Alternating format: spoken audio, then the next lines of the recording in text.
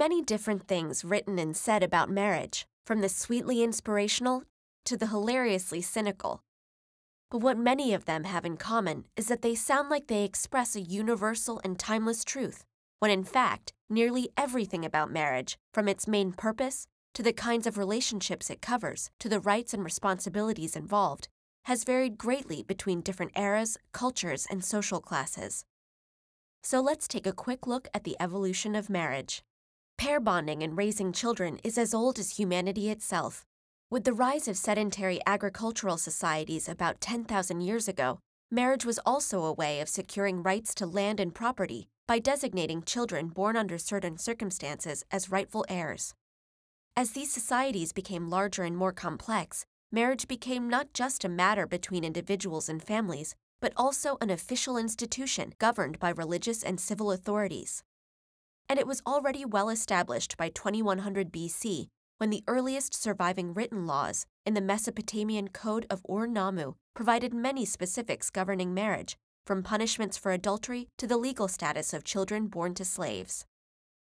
Many ancient civilizations allowed some form of multiple simultaneous marriage, and even today, less than a quarter of the world's hundreds of different cultures prohibit it. But just because something was allowed doesn't mean it was always possible. Demographic realities, as well as the link between marriage and wealth, meant that even though rulers and elites in ancient Mesopotamia, Egypt, and Israel had multiple concubines or wives, most commoners could only afford one or two, tending towards monogamy in practice.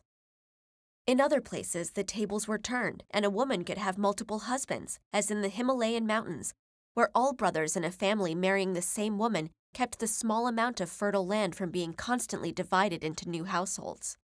Marriages could vary not only in the number of people they involved, but the types of people as well.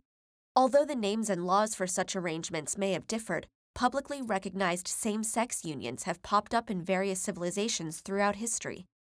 Mesopotamian prayers included blessings for such couples, while Native American two-spirit individuals had relationships with both sexes. The first instances of such arrangements actually being called marriage come from Rome, where the emperors Nero and Elagabalus both married men in public ceremonies, with the practice being explicitly banned in 342 AD.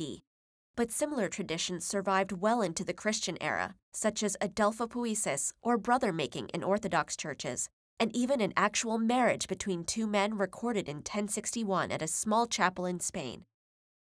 Nor was marriage even necessarily between two living people.